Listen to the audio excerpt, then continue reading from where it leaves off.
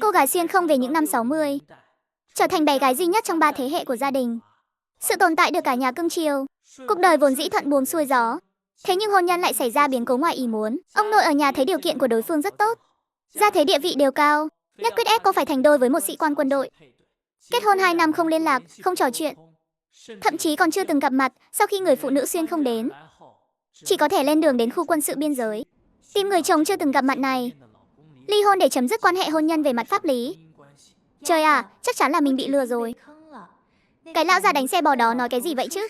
Nói là băng qua vùng sa mạc này sẽ sớm đến khu quân sự biên giới thôi. Vậy mà đã đi được 2 tiếng đồng hồ rồi. Cứ đi tiếp thế này chắc chót ở vùng sa mạc này mất. Cuối cùng, sau 4 tiếng đồng hồ Lâm Thư Vinh kẹt lại ở sa mạc. Cuối cùng cũng nhìn thấy một dãy nhà cấp 4 đứng sừng sững ở đằng xa. Trông có vẻ giống một trạm gác nhỉ. Người lính gác đứng bên đó thấy người phụ nữ đột ngột xuất hiện, cứ tưởng là thành phần khủng bố nào đó, đã vác súng lên để cảnh giác rồi. Đồng chí này, cô đến đây làm gì? Sao lại đi từ phía sa mạc qua đây? Người này sao trông như xác rớt mình thế này? Ngay lúc đó, bỗng nhiên có một chiếc xe chạy tới, dừng lại ở một nơi cách cô không xa. Người này mặc quân phục, ngũ quan tuấn tú cường nghị như được tạc nên vậy. Tỷ lệ cơ thể hoàn hảo tôn lên vóc dáng rất cao lớn. Trong ánh mắt người đàn ông hiện lên chút nghi hoặc. Sau đó người lính gác bên cạnh bước tới. Đoàn trưởng, đây là người phụ nữ vừa mới xuất hiện. Không rõ là ai ạ. Tôi đến đây để tìm người. Trong ba lô của cô chứa cái gì? Nhưng quân nhân đóng quân ở đây có lòng cảnh giác rất cao. Lâm Thư Vinh tháo ba lô của mình xuống, mở ra cho người lính gác đứng gần đó xem. Trong túi có giấy tờ tùy thân và tiền của tôi, còn có cả bình nước nữa. Người lính gác đó thấy người phụ nữ không có gì nguy hiểm, mới đưa người đến trạm gác, ngồi trên chiếc ghế dài bên ngoài dãy nhà cấp 4 đó. Nơi đây là chốt biên phòng, người bình thường sẽ không đi ngang qua đây. Cô đến đây để làm gì? Tôi đến đây để tìm chồng mình. Anh ấy tên là Thẩm Kim Hàn. Các anh có biết anh ấy không? Cô gái nhỏ này, tôi còn trẻ sao lại nói dối liên tục vậy? Nếu không nói thật là sẽ bị bắt vì tội làm gián điệp đấy. Đồng chí này, sao anh biết là tôi nói dối?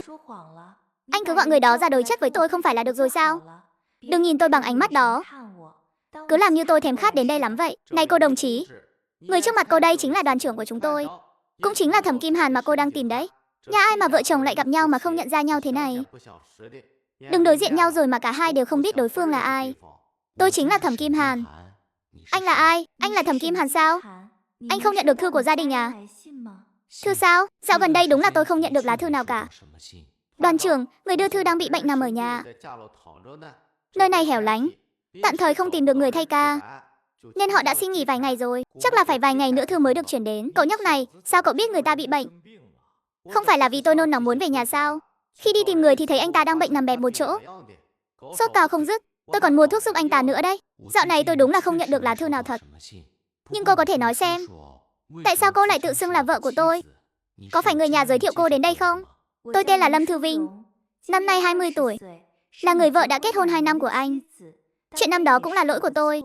Ông nội tôi cứ nhất quyết bắt tôi phải cưới anh. Ông đã 98 tuổi rồi, tuổi cao sức yếu. Tôi không muốn làm ông kích động nên đã đồng ý. Kết hôn hơn 2 năm rồi mà anh chẳng thèm liên lạc với tôi lấy một lần. Còn người nhà tôi ấy hả? Ý họ là muốn tôi đến đây để bồi dưỡng tình cảm với anh. Cứ thử xem sao. Nhưng thực ra suy nghĩ thật lòng của tôi là chúng ta nên ly hôn đi. Xin lỗi, đúng là tôi đã đi làm nhiệm vụ suốt 2 năm qua. Vừa mới về, tôi vốn định thời gian này sẽ liên lạc với cô. Nhưng tôi tôn trọng ý muốn của cô. Cô muốn giải quyết thế nào? Tôi sẽ phối hợp. Mà nhiệm vụ gì thế? Một lần đi là đi tận 2 năm. Được rồi, vậy là tôi đã hiểu lầm anh rồi. Trước tiên tìm cho tôi một chỗ ở đã. Chuyện của hai chúng ta cứ giải quyết cho xong đi. Tôi sẽ nhanh chóng rời khỏi đây thôi. Bây giờ tôi đưa cô về khu quân sự. Đúng rồi, không biết có phải tôi bị lừa rồi không? Sau khi xuống xe khách, tôi gặp một người đánh xe bò, nói là bảo tôi đi xuyên qua sa mạc. Cái vali hành lý mang theo tôi đã vứt ở giữa đường rồi. Anh xem lúc nào rảnh thì giúp tôi một tay nhé. Thẩm Kim Hàn lúc này mới thấy người phụ nữ ngoài cái ba lô ra thì chẳng còn gì khác, lặn lội dặm trường tới đây mà không có hành lý thì đúng là không ổn thật. Tạ Lương, lái xe đi dọc đường tìm thử xem. Mang hành lý về đây. Tạ Lương rảo bước đi về phía chiếc xe jeep, chạy về phía sâu trong sa mạc. Còn Thẩm Kim Hàn đưa Lâm Thư Vinh về khu quân sự trước. Vùng này là biên phòng kiểu sa mạc, cách khu quân sự vẫn còn một quãng đường khá dài. Khi đến khu quân sự, Tạ Lương đã đứng đợi sẵn ở đó rồi. Đoàn trưởng, sao anh về chậm thế? Tôi đã dọn dẹp qua chỗ ở của chị dâu rồi, còn mang cả hành lý của chị dâu qua đó luôn rồi. Khoác vào đi, đi bộ qua đó cũng phải hơn 10 phút nữa. Đừng để bị lạnh rồi ốm đấy. Thẩm Kim Hàn đưa chiếc áo khoác quân đội của mình cho cô. Cảm ơn nhé, tôi vừa nghe nói anh tìm thấy hành lý rồi. Ở đâu thế? Ở đâu vậy? Chẳng phải tôi đã sắp xếp chỗ ở cho chị dâu rồi sao? Khu nhà tập thể có một phòng trống. Chị dâu có thể ở tạm đó. Nếu cảm thấy căn phòng đó không tốt, ngày mai anh rảnh thì xin đổi sau. Ở đây vẫn còn vài phòng trống nữa. Đa tạ, thật là làm phiền anh quá. Trời đất ơi! Chị dâu này xinh thật đấy. Tính tình lại còn tốt nữa, nói năng lúc nào cũng tươi cười. Hèn chi chị dâu lại muốn ly hôn. Đoàn trưởng bình thường cứ lạnh như băng, giữ như chằn. Đúng là không xứng với tiểu tiên nữ dịu dàng thế này mà. Đầu óc Lâm Thư Vinh vẫn còn hơi rối bời. Vừa đi theo Thẩm Kim Hàn vào khu nhà dành cho gia đình quân nhân, vừa quan sát môi trường xung quanh. Thời đại này vốn dĩ vật chất đã thiếu thốn. Điều kiện ở vùng biên giới lại càng không tốt, chẳng thể phồn hoa như bên kinh thị. Cũng không giống quê nhà ở phương Nam với núi xanh nước biếc. Không khí và môi trường trong lành. Ở đây hầu như toàn là bình nguyên, xám xịt cả một vùng. Ngoài một số loại rau cư dân trồng ra, thì chẳng thấy có chút sắc xanh nào xuất hiện. Điều kiện ở đây không tốt. Cô cần gì thì cứ nói với tôi. Tôi sẽ cố gắng sắp xếp cho cô. Không sao đâu, tôi cũng chẳng ở lại lâu. Chắc là tôi sẽ ổn thôi. Suốt dọc đường đi, những người ở khu nhà gia đình quân nhân đều thấy Thẩm Kim Hàn dẫn theo một cô gái lên lầu. Ai nấy đều đầy vẻ tò mò. Đoàn trưởng Thẩm, vị này là ai vậy? Thím Trang, cô ấy vừa mới đến nên khá mệt. Tôi định đưa cô ấy vào phòng nghỉ ngơi. Bà Trang Nghi này có con trai tên là Trang Ngạ, là một người phụ nữ 50 tuổi. Con trai bà ta là tiểu đoàn trưởng. Bà ta vốn dĩ rất thích hóng hớt và cũng không dễ đụng vào. Đi khắp nơi đồn thổi chuyện phiếm. Mọi người bề ngoài thì hòa nhã với bà ta, nhưng thực chất bên dưới không biết là ghét bỏ đến mức nào. Đoàn trưởng, giới thiệu chút đi chứ. Cô bé này trông thật xinh xắn mướt mắt. Cô là gì của đoàn trưởng Thẩm vậy? Chào thím Trang, cháu là vợ của Thẩm Kim Hàn. Nói xong, không đợi bà Trang kịp phản ứng, cô đã đi vào phòng. Mê mơn, đây chắc là chăn của tôi. Tạ Lương lấy từ trong tủ của tôi ra đấy. Đã được giặt sạch rồi. Vâng, cảm ơn anh nhiều. Khi nào đi tôi sẽ giặt sạch lại cho anh. Nhà vệ sinh mỗi tầng đều có. Bên ngoài có vòi nước công cộng. Nhà tắm ở tầng 1. Cô đói chưa? Cần tôi mua mang về đây không? Hay là đi ra ngoài ăn? Mua mang về đi à? Tôi không muốn xuống lầu nữa. Hơi lạnh nên thôi vậy. Hay là cùng đi ăn đi. Sẵn tiện tôi xem đường luôn. Không thể ngày nào cũng làm phiền anh được. Đợi tôi một chút. Tôi đi thay quần áo. Thay quần áo xong, cô cùng Thẩm Kim Hàn đi xuống lầu. Người ở khu nhà tập thể nhìn thấy đều bàn tán xôn xao. Trời ơi, vợ của đoàn trưởng xinh đẹp quá đi mất. Nghe nói người ta đến đây để ly hôn đấy. Cũng không trách được, người ta là tiểu thư mà. Dù có là kết hôn lần 2 thì cũng có đầy người xếp hàng. Người ta là sinh viên đại học đấy. Trông lại còn xinh xắn như vậy. Nhìn cái mặt kìa, da rẻ mịn màng như bùng ra sữa vậy. Còn đẹp hơn cả minh tinh trên họa báo nữa. Tôi thấy hai người này khá là đẹp đôi. Nhà đoàn trưởng Thẩm đều ở kinh thị, có công việc ổn định ở thành phố. Điều kiện gia đình không hề tệ. Đoàn trưởng Thẩm ngoài tính cách hơi lạnh lùng một chút, thực ra con người rất tốt. Nhìn cái khuôn mặt tuấn tú kia kìa. Trong quân đội chúng ta có ai đẹp trai được như cậu ấy đâu. Phải công nhận là đi cùng nhau trông rất xứng đôi. Có từ gì để diễn tả ấy nhỉ? Trai tài gái sắc. Bên trong nhà ăn. Nơi này hơi hẻo lánh, không có gì ngon cả. Tối nay ăn tạm vậy nhé. Cô muốn ăn gì có thể nói với tôi. Tôi sẽ tranh thủ ghé qua huyện mua, hoặc là qua hợp tác xã xem thử. Tôi hiểu mà. Tôi thấy hình như lấy cho tôi hơi nhiều rồi. Chắc là tôi ăn không hết đâu. Ăn không hết? Cô ăn ít vậy sao? Cũng không hẳn là ăn ít. Chỉ là nếu khẩu vị không hợp thì ăn ít đi. Cái gì ngon thì chắc chắn sẽ ăn nhiều rồi. Anh có ăn không? Tôi chia cho anh một nửa nhé. Nếu không tôi ăn không hết, lãng phí thì không hay lắm. Được không? Ăn không hết thì đưa cho tôi. Ánh mắt Lâm Thư Vinh sáng lên. Bỏ một cái bánh bao ngô từ trong bát mình sang bát anh. Còn chia bớt hơn nửa số thức ăn quà nữa. Cô là mèo đấy à? Sao lại ăn ít như vậy? Lâm Thư Vinh mỉm cười, cầm lấy bánh bao ngô của mình rồi bắt đầu ăn. Sau khi ăn xong, cả hai rời khỏi nhà ăn, thì gặp một người đàn ông trung niên khoảng 40 tuổi. Đi bên cạnh ông là một người phụ nữ trung niên. Lữ đoàn trưởng. Chị dâu, chuyện này không có gì đâu. Hơi phức tạp một chút. Em sẽ giải thích với chị sau. Ái cha, cô bé này thật là xinh xắn mơn mởn. Cháu là người ở đâu thế? Làn da này, khuôn mặt này, cả khí chất này nữa. Không giống người vùng này của chúng ta chút nào. Chào chị, em tên là Lâm Thư Vinh. Em là người miền Nam. Từ miền Nam đến ạ. Thảo nào người ta vẫn nói con gái miền Nam xinh đẹp mơn mởn. Nhìn dáng người mảnh mai, da rẻ cũng đẹp nữa. Quả nhiên nói không sai chút nào. Chị cũng rất xinh đẹp ạ. Chị đã 40 rồi. Con cái cũng lớn bằng em rồi. Sao so bì được với đám trẻ các em chứ? Chồng chị là Lữ đoàn trưởng. Chị tên là Lý Hồng Mai. Cứ gọi chị là chị dâu được rồi. Đây là lần đầu em tới đây à? Có muốn ghé qua nhà chị chơi chút không? Lý Hồng Mai không đợi cô gái kịp từ chối, nhiệt tình kéo Lâm Thư Vinh đi luôn. Lâm Thư Vinh không chống đỡ nổi sự nhiệt tình này, dùng ánh mắt cầu cứu nhìn về phía Thẩm Kim Hàn. Cô bé yên tâm đi, tôi nói với Tiểu Thẩm vài câu, để chị dâu đưa cháu đi chơi. Lúc này Lữ đoàn trưởng và Thẩm Kim Hàn đi đến một góc vắng người đứng đó, nói với nhau vài câu ngắn gọn. Chuyện của cậu, tôi đã hỏi mấy đứa nhóc, vừa từ trạm gác trở về rồi. Cậu định liệu thế nào đây? Cậu thật là, hồi cậu mới nhập ngũ đều là một tay tôi dẫn dắt. 2 năm trước thấy cậu nộp báo cáo kết hôn, con tưởng cậu không cần phải lo lắng nữa. Ai dè ngoảnh đi ngoảnh lại xảy ra chuyện này. Hôm nay chẳng biết là ai đồn đại, mà cả khu quân sự đều biết hết rồi. Chuyện có một người phụ nữ xuất hiện giữa sa mạc, tìm cậu để đòi ly hôn. Thẩm Kim Hàn cau mày, bỗng cảm thấy hơi đau đầu.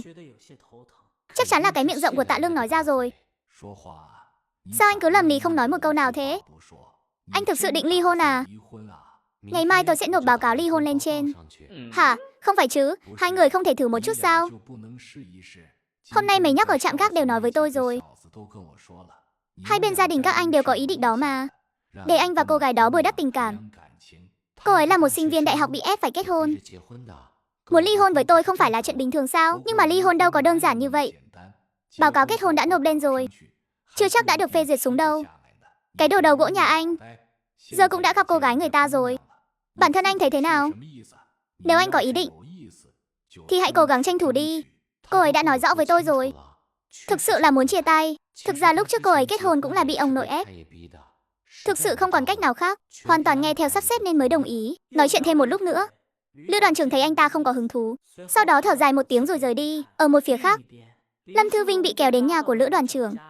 Những người nhà xung quanh đều kéo đến xem náo nhiệt. Không cần phải gò bó quá đâu, mấy thím này đều là hàng xóm cả, đều sống ở khu nhà trệt này. Nghe nói cô từ sa mạc tới à?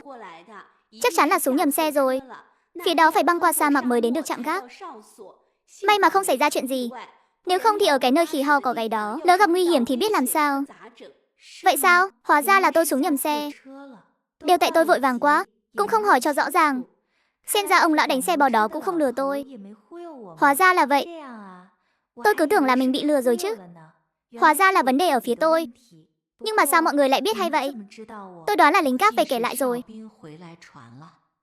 Cái nơi bé tí tẹo này của chúng ta có chút động tĩnh gì là lan truyền khắp nơi ngay.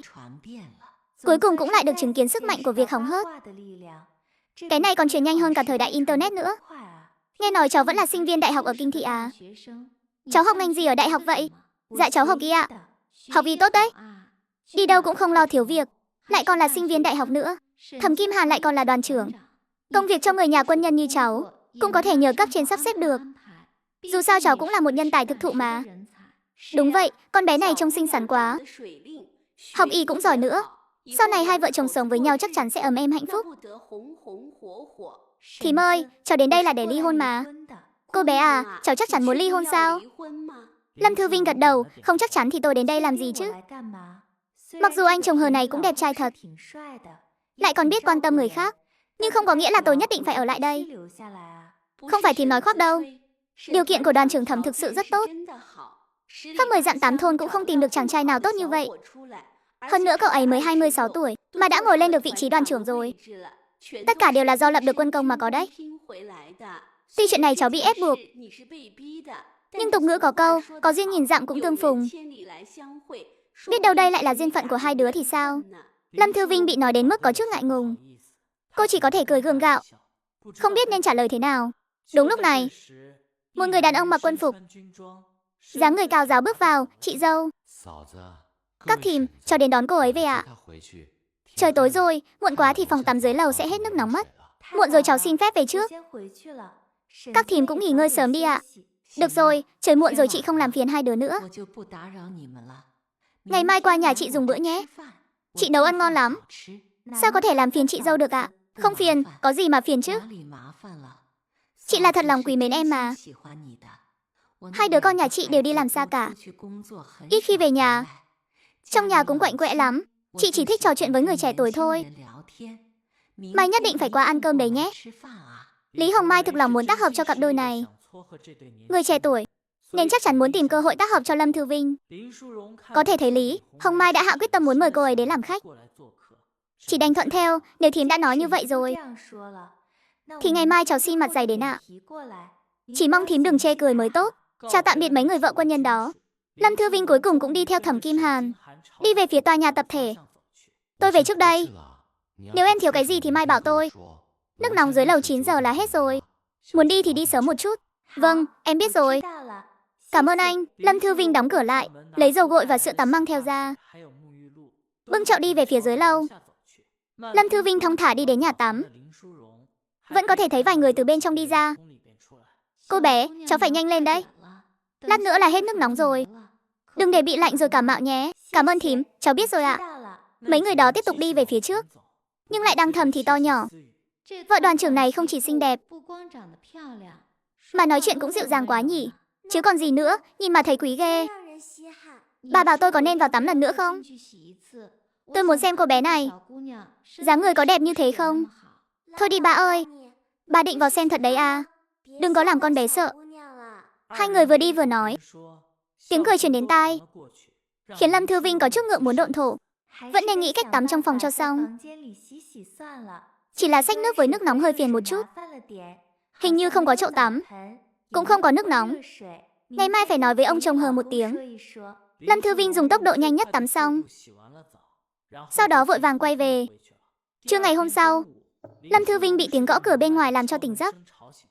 Mở cửa ra liền thấy một người đàn ông, trong tay cầm 2 hộp cơm đã chuẩn bị xong, đang đứng ở bên ngoài. Sáng nay tôi chưa ăn, vừa mới dậy. Tôi ra ngoài đánh răng đã. Lâm Thư Vinh đánh răng xong quay lại, liền thấy người đàn ông đã ngồi sẵn ở bàn trong phòng khách nhỏ, đang đợi cô. Những hộp cơm vẫn chưa được mở ra. Anh có thể ăn trước mà. Không cần đợi tôi đâu, tôi ăn rồi. Cả 2 phần này đều là của cô. Tận 2 hộp cơm lận đó. Sao tôi ăn hết được? Thẩm Kim Hàn lặng lẽ mở 2 hộp cơm ra. Bên trong là 2 cái màn thầu và 1 bát mì. Đây là mì ngô sốt thịt băm, còn đây là màn thầu. Tôi không biết cô thích ăn gì, nên mỗi thứ mua một ít mang về. Tôi không ăn nổi nhiều thế đâu. Hay là anh ăn giúp một ít đi. Nếu không tôi ăn không hết bỏ đi thì lãng phí lắm. Được thôi. Chỗ này của cô còn thiếu gì không? Tôi sẽ sắm sửa cho cô. Thiếu vài thứ, tôi không quen đi tắm ở nhà tắm công cộng. Ở đó đông người quá, tôi muốn tự đun nước tắm trong phòng. Cần một cái chậu tắm, với cả một cái nồi để đun nước nữa. À, tôi còn chưa có bếp lò. Tôi có thể mang một cái bếp lò qua cho cô. Mà này, cái đơn xin ly hôn của anh đã nộp chưa? Sáng nay tôi đã nộp rồi. Chắc là một thời gian nữa sẽ có kết quả. Được thôi, còn chuyện này, tôi có ý kiến này muốn nói. Anh xem, sau này nếu người nhà anh có hỏi đến, thì cứ nói là chúng ta thực sự không hợp nhau. Anh giúp tôi bao che một chút, vì tôi sợ người nhà tôi liên lạc với người nhà anh. Biết chuyện xong sẽ mắng tôi mất. Tôi không biết nói dối đâu. Sau khi có đơn ly hôn thì cô có thể đi. Nếu người nhà tôi có hỏi, tôi sẽ không nói dối. Không hợp chính là không hợp. Không cần thiết phải bồi đắp tình cảm. Đúng vậy, đến lúc tôi rời đi rồi, người nhà anh có hỏi thì cứ nói không hợp. Không cần phải bồi đắp tình cảm. Phụ huynh cũng không thể gượng ép chúng ta. Không phải là chỗ nào không hợp sao? Chỉ có cô gái nhỏ này đơn phương cảm thấy không hợp thôi. Tôi thì không thấy có chỗ nào không hợp cả. 2 giờ sáng ngày thứ 3 ở khu nhà gia đình quân nhân. Trong lúc mơ màng, anh nghe thấy tiếng la hét của một người phụ nữ, còn có cả tiếng chửi bới của một người đàn ông. Mở cửa ra, thấy rất nhiều hộ gia đình ở tầng 3 đều ra ngoài xem náo nhiệt. Trên mặt ai nấy đều lộ vẻ thở dài và bất lực. Em gái, làm phiền đến em rồi sao? Là nhà Xuân Hoa bên cạnh lại ầm ĩ đấy, thật xui xẻo. Cô ấy sinh được 2 đứa con gái nên không được lòng chồng, mới theo chồng vào quân ngũ. Liên trưởng Chu tính tình không tốt. Bình thường thì người cũng được, chỉ là có tính hay đánh vợ. Cứ uống rượu vào là lại không dứt ra được. Nhưng ngày hôm sau lại hối hận, quỳ xuống xin tha thứ. Ôi, mọi người cũng quen rồi. Lúc trước ở quê, trong làng cũng có không ít các thím bị chồng đánh đập. Chỉ là không ngờ rằng ở nơi này mà vẫn còn thấy cảnh tượng trắng trợn như vậy. Dầm một tiếng động lớn, một người phụ nữ ôm con ngã quỵ xuống đất. Người đàn ông hung quang bừng bừng, tay cầm dao, nhìn vợ mình như nhìn kẻ thù. Từng bước tiến về phía vợ mình. Con bé Lâm, cháu điên rồi sao? Còn không mau chạy đi. Đứng ngay ra đó làm cái gì? Hay là bị dọa cho ngốc luôn rồi? Ai qua đó kéo con bé lại một tay đi. Mỗi lần gã này phát điên là chẳng còn nhận người thân nữa. Ai mà dám vào can chứ?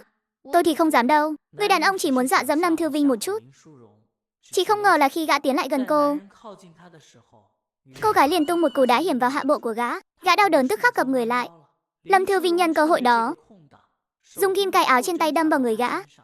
Kim châm hạ xuống, toàn thân người đàn ông tê liệt, không còn sức lực mà ngã quỵ xuống đất. Cũng may trên mỗi bộ quần áo đều có 2 cái kim cài. Dù sao thì là một cô gái xinh đẹp, cũng phải có chút bản lĩnh phòng thân chứ.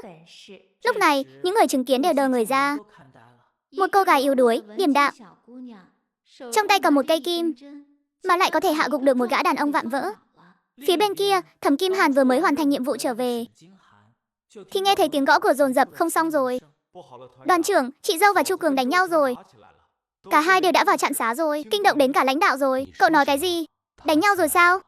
Với Chu Cường bị liệt rồi, bất động luôn rồi. Là do những người đàn ông sống ở khu nhà tập thể khiêng đến trạm xá đấy ạ. Thẩm Kim Hàn đi tới trạm xá.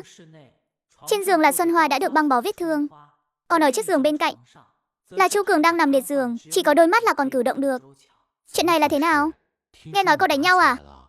Có bị thương ở đâu không? Thưa đoàn trưởng, là Chu Cường. Tôi tận mắt thấy chị dâu dùng kim châm vào hắn 3 phát. Giờ thì nằm liệt luôn rồi, lại còn nói lên trưởng Chu.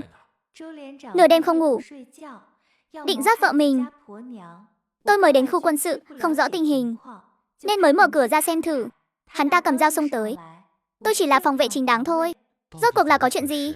Lúc này, nhân chứng có mặt ở đó bước ra, kể lại toàn bộ sự việc một lần nữa. Những người chưa rõ sự tình giờ đây đều đã nắm rõ ngọn ngành. Tại trạm xá khu quân sự, có người đang nghiêm nghị khiển trách Chu Cường. Chu Cường, bình thường trong đội mọi người đã nhắc nhở cậu bao nhiêu lần rồi? Nửa đêm nửa hôm mà cậu còn dám cầm dao. Người ta là người chung chăn sẻ gối với cậu, là người nhà sinh con đẻ cái cho cậu, chứ có phải kẻ thù đâu. Sao lại không thể sống tử tế với nhau hả? Lần này cậu còn dám làm bị thương cả người ngoài. Tất cả là tại cái số mà. Số tôi khổ quá, sao lại lấy nhầm cái hạng xúc sinh này chứ? Trời đất ơi, sao lại đối xử với tôi như vậy? Sao đời tôi lại khổ thế này cơ chứ?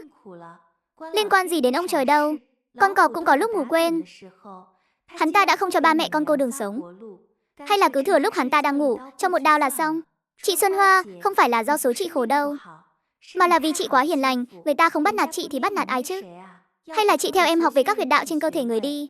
Lần sau còn như thế, cứ lấy kim thêu châm vào là được. Em gái Lâm, chỉ là đùa thôi mà. Lữ đoàn trưởng, tôi chỉ là đang đùa thôi. Xem kìa, mọi người đều tưởng thật rồi. Mọi người đều không dám thở mạnh luôn kìa. Thế này mà là đùa sao? Bọn họ đều nghe ra không giống như là đang đùa đâu. Em gái Lâm, cái chiêu châm kim này của em, người ta có hồi phục lại được không? Chị dâu, em chỉ tạm thời làm cho hắn bị liệt thôi, có thể đứng dậy được mà. Trong vali của em có một bộ châm cứu, ai giúp em lấy qua đây là được. Nhưng mà em có chút thắc mắc, một người có vấn đề về phẩm chất như vậy mà vẫn có thể tiếp tục làm liên trưởng sao? Hôm nay hắn có thể cầm dao đối phó với vợ mình, đối phó với một người lạ như em, thì không chừng sau này con dao đó sẽ hướng về phía đồng đội đấy. Lúc này mọi người mới một lần nữa cảm nhận được cô em gái Lâm trông có vẻ yếu đuối, mỏng manh này lại chẳng hề đơn giản chút nào. Cô ấy mỉm cười nói chuyện, trông có vẻ ôn hòa tùy ý, nhưng mỗi câu nói đều đang gây sức ép, chính là muốn đòi lại công bằng cho chuyện này. Được rồi, giải tán hết đi. Thẩm Kim Hàn đi cùng Lâm Thư Vinh về phía nhà tập thể. Từ trạm xá quân khu về đến nhà còn một đoạn đường nữa. Tuy rằng đã nửa đêm rồi, nhưng vừa mới trải qua chuyện như vậy, cả hai đều không còn chút buồn ngủ nào. Đúng rồi, anh không giận chứ? Giận chuyện gì? Em gây rắc rối cho anh mà. Là Chu Cường dọa cô trước. Nếu là cô gái bình thường khác thì đã sớm bị dọa cho phát khóc rồi. Cô làm tốt lắm, không tính là gây chuyện đâu. Không làm vợ chồng được thì làm bạn với Thẩm Kim Hàn cũng không tệ. Cảm giác ở cạnh nhau cũng khá thoải mái. Nhưng mà sau này gặp chuyện như vậy, tốt nhất là cô nên tránh xa một chút. Chu Cường lúc đó vẫn còn chút lý trí, không dám thật sự làm cô bị thương, chứ nếu gặp phải kẻ điên, một cô gái như cô làm sao mà chống cự được. Đoàn trưởng Thẩm, anh đây là đang coi thường em sao? Em có thể tự bảo vệ mình được mà. Tôi rất am hiểu các huyệt đạo trên cơ thể người. Lúc nào anh cũng mang theo ghim cài bên mình sao? Hay hôm nay chỉ là tình cờ? Trên mỗi bộ quần áo tôi đều khâu 2 cái ghim cài. Trước đây lúc tôi từ huyện về quê, một mình đi ngang qua ruộng ngô thì bị bọn lưu manh chặn đường. May mà người trong làng phát hiện, về báo tin. Lúc đó tôi bị bắt, suýt chút nữa là xảy ra chuyện rồi. Từ đó về sau tôi có thói quen mang theo đồ vật để phòng thân. Xin lỗi, mặc dù lần này là ngoài ý muốn, nhưng cô làm như vậy vẫn rất nguy hiểm. Thời gian nhanh chóng trôi đến ngày hôm sau. Sau vụ của Chu Cường, cái tên Lâm Thư Vinh đã lan truyền khắp khu quân sự. Không chỉ người trong khu nhà tập thể bàn tán, đến cả binh lính trong quân khu cũng đang thảo luận. Tiểu Thẩm này, Lữ đoàn trưởng và mấy vị lãnh đạo đã đi học quân sự rồi. Cậu có biết là chuyện gì không? Cũng không biết bao giờ mới về nữa. Hình như phải bận hơn 2 tháng đấy. Thời gian này chắc là cậu bận rộn lắm đây. Phải giúp xử lý một số công vụ. Đi học rồi sao? Chuyện từ lúc nào vậy? Vừa mới đây thôi. Ông ấy về thu dọn sơ qua 2 bộ quần áo, rồi vội vàng lên xe đi luôn. Chị còn chưa kịp hỏi thêm câu nào, chị thấy mấy vị lãnh đạo lớn của quân khu mình đều đi cả rồi. Cứ ngỡ là cậu biết chứ. Đúng rồi, cậu với em năm sao rồi? Vẫn đang đòi ly hôn à? Vâng, trước đây kết hôn cũng hơi nực cười. Hai chúng tôi cũng chẳng có tình cảm gì. Được rồi, chị không hỏi nhiều nữa. Chị về nấu cơm trước đây. Buổi trưa, Thẩm Kim Hàn đi lấy cơm như thường lệ. Lúc đi về phía khu nhà tập thể, bước chân vô thức chậm lại. Trước đây anh hiếm khi tiếp xúc với phụ nữ. Ngay cả việc kết hôn với Lâm Thư Vinh cũng rất mơ hồ. Chẳng ai biết mặt ai. Mấy ngày nay đưa cơm cho cô gái nhỏ, lại còn cùng nhau ăn cơm. Hình như cũng khá thú vị. Đến trước cửa phòng Lâm Thư Vinh, cửa nhanh chóng được mở ra. Anh đến rồi, mau vào đi. À, nói chuyện chút đi. Mê mơm, em rất ghét tôi sao? Không ghét mà. Sao anh lại hỏi vậy? Thẩm Kim Hàn nhìn cô không nói lời nào. Lâm Thư Vinh lúc này mới phản ứng lại, ngượng ngùng giải thích. Đoàn trưởng Thẩm, anh chắc chắn là hiểu lầm rồi. Tôi muốn tách ra với anh không phải vì ghét anh. Nói thật, tôi thấy có lẽ anh chưa hiểu rõ về tôi lắm. Tôi cảm thấy mình không phải là một người vợ đảm đang. Tôi không biết nấu ăn, cũng không muốn học, càng không muốn quán xuyến việc nhà cho cả một gia đình. Tôi không hề nói dối đâu. Tôi thà bỏ tiền thuê người giúp, chứ không muốn tự mình làm. Anh nên suy nghĩ cho kỹ, xem có thể chấp nhận một người vợ như tôi không. Lâm Thư Vinh nói một tràng dài. Cả hai rơi vào im lặng. Một lúc lâu sau, Thẩm Kim Hàn hỏi, vậy còn cô có thể chấp nhận tôi làm chồng của cô không? Lâm Thư Vinh hơi ngượng ngùng. Nếu không phải bị ép cùng vị sĩ quan này đi đăng ký kết hôn, tôi đoán chắc phải vài năm nữa mới cân nhắc đến chuyện đại sự cả đời này. Những điều cô nói, tôi lại không mấy bận tâm. Tôi không nghĩ việc nhà và nấu nướng nhất định phải do phụ nữ làm. Nếu cô không muốn làm, tôi có thể làm. Nhưng tôi thường xuyên phải đi làm nhiệm vụ. Những lúc tôi không có ở nhà, cô có thể chọn không đi theo quân đội để làm những việc mình muốn. Phụ cấp của tôi hiện không cao, nhưng những năm qua cũng tích góp được một ít, đủ tiền để nuôi cô, không thành vấn đề. Quê gốc của tôi ở Kim Thị. Nếu biểu hiện tốt, trong 2 năm tới có thể được điều chuyển về đó, sẽ không ở lại đây quá lâu. Vậy nên, cô có thể chấp nhận tôi không? Những điều tôi vừa mới nói đó, hầu như đàn ông thời này đều không chấp nhận được đúng không? Chẳng phải giống như rước một vị tổ tông về nhà để thờ phụng sao? Được, vậy chúng ta thử xem sao? Được. Nhưng tôi có vài yêu cầu muốn nói rõ. Được, cô nói đi. Tôi không muốn ở đây nữa. Chu Cường ở vách bên bị tôi châm cho liệt rồi. Bây giờ mà gặp mặt thì ngại lắm. Cái tòa nhà tập thể này vừa ồn ào lại không cách âm. Ra khỏi cửa là toàn đụng mặt người khác. Đánh cái răng cũng phải ra bồn nước ở hành lang. Tôi không thích. Tôi muốn xin một căn nhà cấp 4 có sân riêng. Anh làm cho tôi cái nhà vệ sinh với chỗ tắm rửa. Như thế sẽ tiện hơn một chút. Chỉ là như vậy có phiền anh quá không? Đến không phiền đâu. Vài ngày là xong thôi. Vậy được, chúng ta cứ tìm hiểu nhau trước đã. Ở sân riêng của thực là thuận tiện hơn nhiều. Đúng rồi, anh phải ở cùng với tôi đấy. Phải ở cùng nhau mới hiểu rõ thói quen sinh hoạt của nhau được. Không vấn đề gì. Ở cùng nhau cũng tiện chăm sóc cô hơn. Tuy tôi đang ở đây, nhưng sẽ không ở lại quân ngũ lâu dài đâu. Tôi vừa mới tốt nghiệp, hiện đang trong giai đoạn nghỉ ngơi. Vì chưa vội tìm việc nên mới ở lại đây thôi. Cứ xem tình hình thế nào đã. Có lẽ tôi sẽ về Kinh Thị làm việc. Hơn nữa tôi còn khá nhiều việc làm thêm phải bận rộn. Được, công việc của cô thì cô tự sắp xếp. Nếu cần tôi giúp gì, cứ việc lên tiếng. Nếu chúng ta đã thỏa thuận xong, vậy tôi đi xin căn nhà cấp 4 có sân cho cô đây. Tối tôi sẽ mang đồ ăn qua cho cô. Thẩm Kim Hàn nói xong liền rời đi. Một người có khả năng hành động cực cao như Thẩm Kim Hàn rất nhanh đã xin được một mảnh sân nhỏ để sớm xây xong nhà vệ sinh và phòng tắm. 2 ngày nay anh ấy bận rộn không ngơi tay. 3 ngày nhanh chóng trôi qua. Thẩm Kim Hàn đưa Lâm Thư Vinh đến căn nhà mới xin được. Thế nào, xem thử xem còn chỗ nào cần điều chỉnh không? Cảm ơn anh nhé. Chuyện nên làm mà, có điều tôi muốn sắm thêm ít đồ. Hơn nữa quần áo tôi mang theo không đủ thay. Loanh quanh cũng chỉ có vài bộ này. Tôi cần đến trung tâm thương mại xem thử. Đến đây cũng được nửa tháng rồi. Tôi vẫn chưa được đi dạo lần nào cả. Anh có rảnh đưa tôi đi không? Được chứ, vừa hay tôi cũng đang được nghỉ phép. Tôi thấy lúc ở tòa nhà tập thể cô cứ chẳng chịu ra ngoài. Cứ tưởng là em không thích ra ngoài chứ.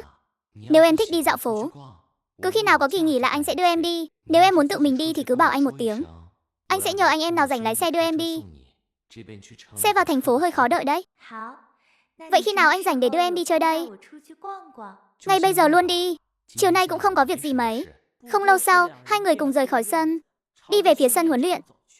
Khi đi ngang qua tòa nhà tập thể cũ, không ít người đã hướng ánh mắt nhìn theo, rồi bắt đầu bàn tán xôn xao. Trời đất ơi! Bình thường toàn thấy cô ấy mặc đồ ngủ ra ngoài đánh răng. Không ngờ lúc mặc váy lại đẹp đến vậy. Đoàn trưởng Thẩm với khuôn mặt điển trai và vóc dáng cao ráo này, sánh đôi cùng đại tiểu thư Lâm Thư Vinh đúng là thật mãn nhãn. Nếu hai người không ly hôn, thì đoàn trưởng Thẩm vất vả rồi, còn phải hầu hạ một vị đại tiểu thư. Bình thường huấn luyện đã bận rộn cực khổ rồi, về nhà còn chẳng có miếng cơm nóng mà ăn. Nói vậy là sao chứ? Tôi thấy đoàn trưởng Thẩm chắc chắn không thấy khổ đâu. Cô vợ nhỏ yếu điệu thế này, tôi mà là đàn ông tôi cũng thích. Tôi cũng sẵn lòng hầu hạ. Chứ còn gì nữa, đừng nhìn cô gái đó gay.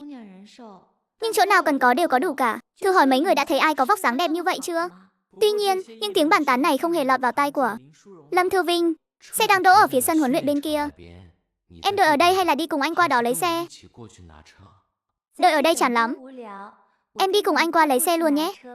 Cô biết rằng ở trong quân đội, với chức vụ đoàn trưởng như Thẩm Kim Hàn, sẽ được cấp một chiếc xe Jeep để sử dụng, thuận tiện cho việc đi lại. Hạ sĩ quan Tạ Lương thấy hai người, liền bước tới hỏi, đoàn trưởng chị dâu, anh chị định lái xe đi đâu à? Đúng vậy, đi dạo trong thành phố chút. Cậu có cần mua gì không? Chị có thể mua hộ mang về cho. Tôi là đàn ông, con trai thì thiếu cái gì được chứ? Chị dâu đi chơi vui vẻ nhé, tôi đi tập luyện tiếp đây. Tạ Lương nói xong liền rời đi. Thuộc hạ này của anh cũng thú vị thật đấy. Cậu ta tính tình hoạt bát. Hồi mới nhập ngũ đúng là một tên cứng đầu khó bảo. Sau này mới dần dần biết phục tùng kỷ luật. Tuổi tác cũng xấp xỉ như em vậy.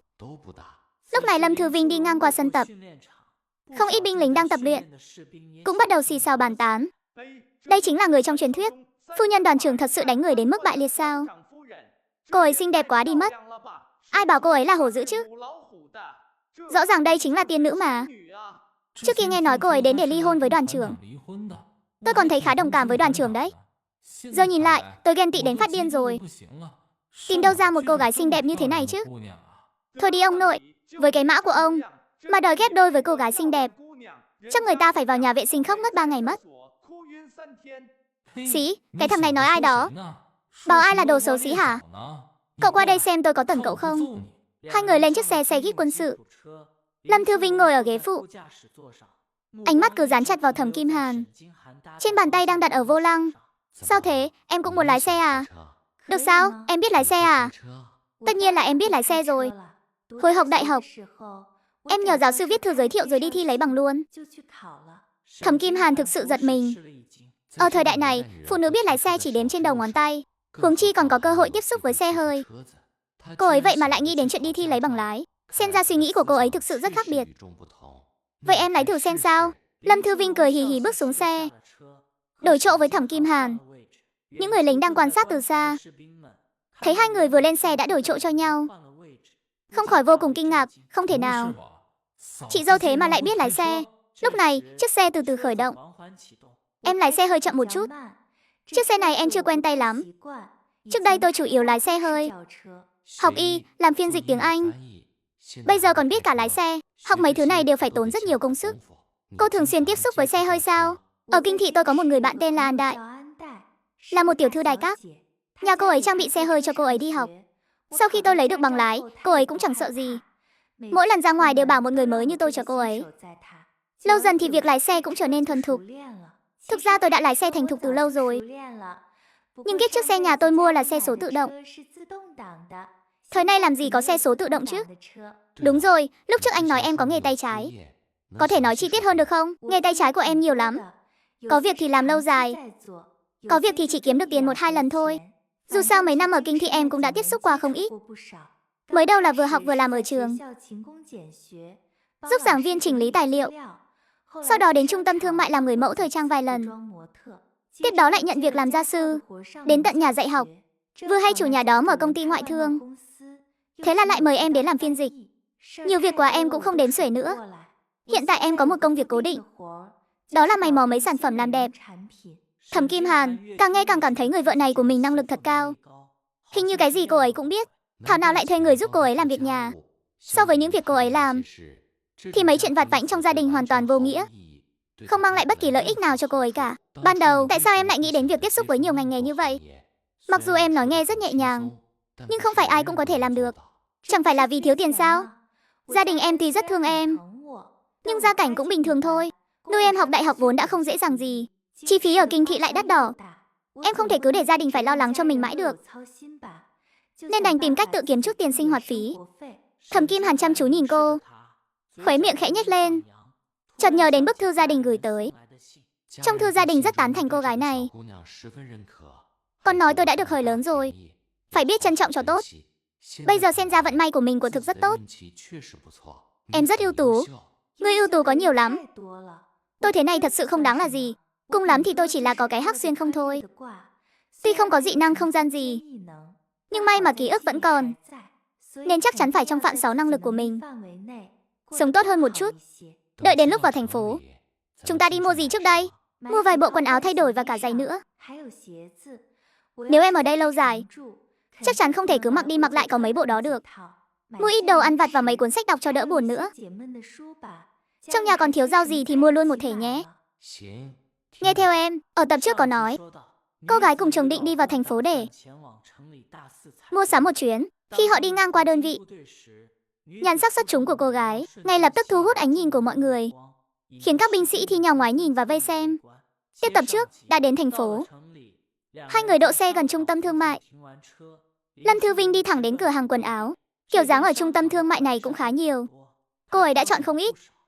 Váy vóc quần dài đều có đủ. Nhân viên bên cạnh thấy cách ăn mặc của cô, nhìn một cái là biết ngay một vị khách giàu có, rất nhiệt tình giới thiệu. Không lâu sau, hai người đã xách túi lớn túi nhỏ đi ra. Bao nhiêu tiền vậy? Em trả anh. Đi mua quần áo với vợ mà còn để em trả tiền, thì tôi thành cái gì rồi? Vợ gì chứ? Không phải chúng ta đang bồi dưỡng tình cảm sao? Chúng ta đã có giấy chứng nhận rồi. Bất kể là vì lý do gì, hiện tại em chính là vợ tôi. Chi tiêu khi đi ra ngoài chắc chắn tôi phải gánh vác. Em muốn mua gì cứ mua, không cần phải tiếc tiền đâu. Anh đúng là hào phóng thật đấy. Bộ quần áo này em vừa xem, giá hơn 400 tệ đấy. Bằng mấy tháng lương của anh rồi. Lỡ như hai chúng ta không thành, anh không sợ mất cả người lẫn của sao? Sao cô lại biết là không thành? Chuyện gì trên đời này cũng có hai mặt của nó.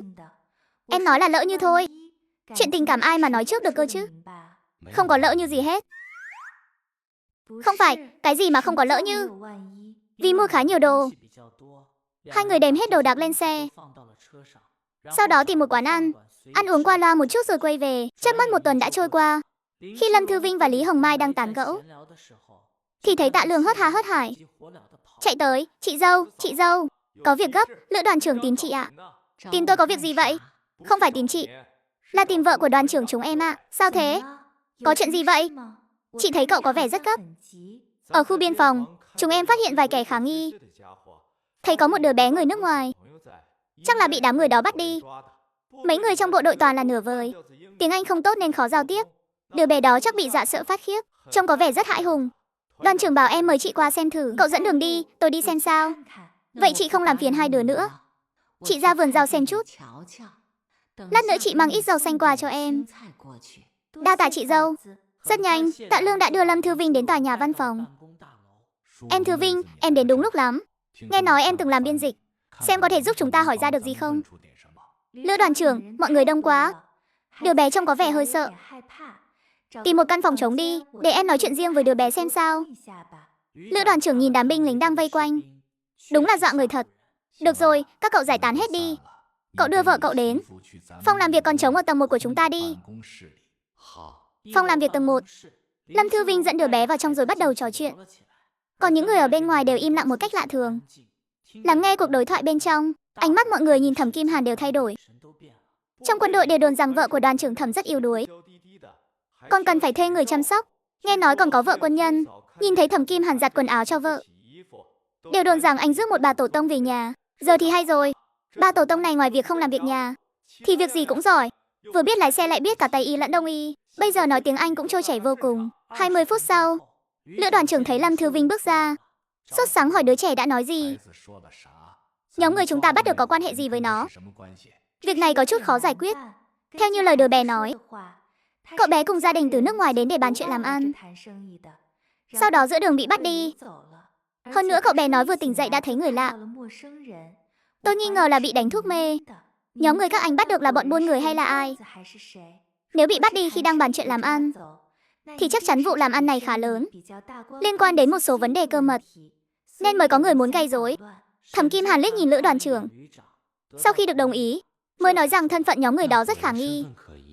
Nghi là gián điệp nước ngoài. Ngoại hình trông khá giống người bên mình. Hơn nữa đã uống thuốc độc và mất rồi. Nói như vậy, có thể là chúng ta đang có dự án hợp tác với người nước ngoài. Chắc hẳn là vụ làm ăn vật tư khá quan trọng. Có người không muốn chúng ta làm ăn thành công, nên đã bắt con của người đó đi, để phá hoại quan hệ hợp tác. Cha của đứa bé tên là Ba Dân. Lữ đoàn trưởng có thể báo cáo cái tên này với cấp trên. Vẻ mặt Lữ đoàn trưởng nghiêm nghị. Có thể thấy ông cũng có chút giận dữ, nhưng vẫn kìm nén lại. Thật sự cảm ơn cô. Nếu không nhờ có cô, mấy người trình độ nửa vời như chúng tôi đều không dỗ dành được đứa trẻ đó. Đúng rồi, đứa bé cứ để ở nhà cô trước đi. Tôi thấy đứa nhỏ đó không hề bài xích khi ở cùng với cô. Vậy được, tạm thời cứ để nó ở chỗ tôi đi. Tôi có thể giao tiếp bình thường với đứa trẻ. Lâm Thư Vinh dẫn đứa bé đi ngang qua khu nhà gia đình quân nhân, lại khiến không ít người nổi máu tò mò bàn tán. Ôi mẹ ơi, vợ của đoàn trưởng Thẩm trông có vẻ bản lĩnh thật đấy. Người ta chẳng phải vốn dĩ đã có bản lĩnh rồi sao? Châm cứu thật sự cứu được người rồi. Còn biết lái xe nữa. Lần trước tôi thấy rồi. Thành thạo lắm. Giờ đến cả tiếng nước ngoài cũng nói lưu loát như vậy. Tôi cảm thấy Lâm Thư Vinh không phải là không biết làm việc, chỉ là không muốn làm thôi. Người ta bản lĩnh lớn lắm. Đoàn trưởng Thẩm có bao dung một chút cũng không có gì lạ. Lại còn xinh đẹp nữa. Để ở nhà ngắm thôi cũng đủ mát mắt rồi. Lâm Thư Vinh chẳng thèm quan tâm đến mấy lời đồn đại đó. Sau khi đưa đứa trẻ về nhà, ngay sau đó Lý Hồng Mai cũng đi tới. Chị dâu, sao chị lại tới đây? Đây là quần áo cũ của con nhà chị. Lúc trước may hơi nhỏ nên cứ để đó không mặc tới. Vẫn còn mới lắm. Chị nghĩ bên chỗ em không có đồ trẻ con, nên mang ít đồ thay giặt. Với cả cái này, đồ chơi này cũng là của mấy đứa nhỏ nhà chị chơi lúc trước. Chị không nỡ vứt đi, nên mang qua cho em dùng tạm lúc cần kíp. Cảm ơn chị dâu nhiều. Đúng là không nói không được. Trên người đứa nhỏ này bẩn lem nhem hết rồi. Em cũng đang định tắm rửa cho nó đây. Không có quần áo thay thì cũng phiền thật. Vậy được rồi, chị về trước đây. Ở đây thiếu cái gì thì cứ bảo với chị nhé. Nói xong liền vội vã rời đi. 9 giờ tối, Lâm Thư Vinh đưa đứa trẻ vào phòng mình. Ở bên cạnh dỗ cho đứa bé ngủ say. Vừa trở ra thì gặp Thẩm Kim Hàn mới về. Hôm nay anh có chút việc bận, nên về hơi muộn. Em ăn gì chưa? Em đã làm mì rồi, thằng bé ăn trông khá ngon lành. Nhưng nó ngủ trên giường của em rồi. Xem chừng là mệt lả rồi. Hôm nay Lữ đoàn trưởng đã gọi điện cho lãnh đạo cấp trên rồi. Đã xác nhận cậu bé người nước ngoài này là một người đặc biệt. May mà đã tìm thấy đứa trẻ. Nếu để mất ở chỗ chúng ta, không chỉ không hợp tác được mà còn đắc tội một nhân vật lớn. Cấp trên biết chuyện này đã hạ lệnh điều tra. Chỉ là tung tích của đứa trẻ không được làm dùm beng, nên ngày mai phải lập tức hộ tống đứa trẻ về kinh thị. Có cần em đi theo không? Vì em có thể giao tiếp với đứa trẻ, cũng có thể làm cho đứa trẻ thấy an toàn hơn chút. Đúng vậy, chuyện này em có đồng ý không? Nếu không đồng ý anh có thể nói với Lữ đoàn trưởng, để thành phố cử một phiên dịch viên đến cũng được. Ở trong quân khu cũng gần 1 tháng rồi. Đúng là có chút bí bách. Cũng không thể cứ ở đây bồi đắp tình cảm mãi, mà chẳng đi đâu nhỉ. Ở kinh thị vẫn còn bạn bè nữa. Sẵn tiện nhân cơ hội lần này, đến kinh đô xem sự nghiệp của mình thế nào. Sẵn tiện tìm bạn An Đại chơi nữa. Được thôi, em cũng nhân tiện bận chút việc khác. Xuất dọc đường hộ tống nhóc con đó đi kinh thị. Em sẽ ở lại đó một thời gian. Ước chừng cũng cần khoảng nửa tháng. Được, vậy anh đợi em về. Lần này anh không thể đi cùng em được. Anh có nhiệm vụ khác.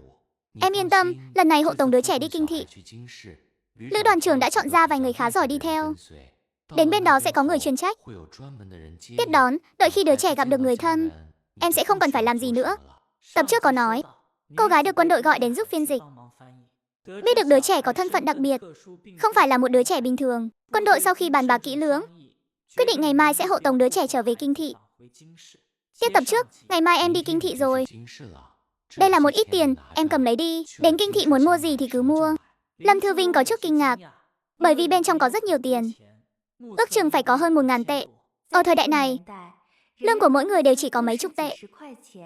Cho dù Thẩm Kim Hàn là đoàn trưởng, phụ cấp 1 tháng cũng chỉ có 150 tệ. Có thể lấy ra hơn 1.000 tệ, đã là một khoản tiền khổng lồ ở thời này rồi. Đưa hết cho em rồi, trên người anh còn không? Còn chứ, Những năm qua anh đã thực hiện rất nhiều nhiệm vụ. Chỉ số nguy hiểm đều khá cao. Mỗi lần hoàn thành nhiệm vụ trở về đơn vị, cấp trên khen thưởng cũng rất nhiều. Tích góp được không ít. Nếu em thấy không đủ, mai anh lại đi rút thêm một ít về. Đơn vị khen thưởng anh nhiều. Chứng tỏ số tiền này đều là do anh đổi bằng tính mạng mới có được. Mà lại cứ tùy tiện đưa cho em tiêu như thế. Đưa cho em sao có thể gọi là tùy tiện được. Anh là một đại nam nhi, suốt ngày không huấn luyện thì cũng đi làm nhiệm vụ. Tiêu không hết bao nhiêu đâu. Ở nhà cũng không thiếu chút tiền này của anh gửi về. Bây giờ em là đối tượng của anh. Đưa cho em là chuyện nên làm. Nếu không đủ thì cứ hỏi anh nhé, em có tiền tiêu mà. Trên người em có. Lâm Thư Vinh mỉm cười. Phải nói là có người hào phóng với mình như vậy. Quả thực tâm trạng rất tốt. Hơn nữa hầu hết phụ nữ đều sẽ thấy rất rung động. Tiền của em là của em. Còn đây là anh cho. Không giống nhau đâu, đoàn trưởng Thẩm. Anh đây là đã xác định chọn em không đổi rồi sao? Hào phóng như vậy, không sợ em tiêu hết tiền rồi lật lọng sao? Anh thấy em rất tốt. Nếu em không muốn ly hôn, hai ta cứ thế cùng chung sống, anh sẽ đối xử tốt với em. Lâm Thư Vinh nghe những lời của Thẩm Kim Hàn, cúi đầu trầm tư suy nghĩ. Lúc này chấp nhận Thẩm Kim Hàn là lựa chọn tốt nhất. Bởi vì một khi ly hôn, không chỉ gia đình đau lòng, mà tôi cũng có thêm một tờ giấy ly hôn. Quan trọng nhất là điều kiện của đối phương cũng không hề tệ. Người nhà làm cán bộ ở sảnh chính quyền kinh thị. Anh ấy cũng là một đoàn trưởng. Tương lai tiền đồ vô lượng. Theo lý mà nói thì mình có thể nhắm mắt chấp nhận rồi. Còn kén chọn gì nữa chứ? Được rồi, dù sao cũng đã đăng ký kết hôn rồi. Chúng ta cứ thử chung sống xem sao. Được. Không còn sớm nữa. Nghỉ ngơi sớm đi. Sáng mai anh gọi em dậy. Được, vậy đi. Sau khi Lâm Thư Vinh về phòng, đầu óc cô vẫn còn chút rối bời. Nhưng rồi cô cũng thiếp đi lúc nào không hay. Thời gian nhanh chóng trôi qua đến ngày hôm sau. Em gái Thư Vinh, vất vả cho em quá. Đợi nhiệm vụ hoàn thành, tôi sẽ xin tổ chức khen thưởng cho em. Vậy thì quyết định thế nhé. Em chờ phần thưởng của tổ chức đấy. Đó là điều chắc chắn rồi. Chúng tôi chờ em quay về. Chỉ tiếc là lần này Tiểu Thẩm có nhiệm vụ khác, không thể đi cùng em được. Nhưng bên này tôi đã cử những người giỏi đi theo rồi. Đừng lo sẽ gặp nguy hiểm. Vâng, đoàn trưởng Thẩm bận việc của anh ấy. Một mình em là được rồi. Vậy được, mọi người xuất phát đi. Hôm nay đi máy bay, một ngày là có thể đến kinh thị. Người ở bên đó sẽ sắp xếp chỗ ở. Yên tâm đi, chiếc xe nổ máy rồi lăn bánh về phía trước. Nhóm người lữ đoàn trưởng vẫn đứng yên tại chỗ, nhìn theo bóng xe mất hút. Lúc này mới thong thả quay về. Tốt lắm. Cô gái này được đấy. Đúng là một nhân tài. Hai đứa bây giờ không còn đòi ly hôn nữa chứ? Không ạ, chúng cháu định sẽ sống với nhau thật tốt. Thế thì tốt quá rồi. Một người là sinh viên đại học có năng lực, một người là sĩ quan quân đội tài giỏi.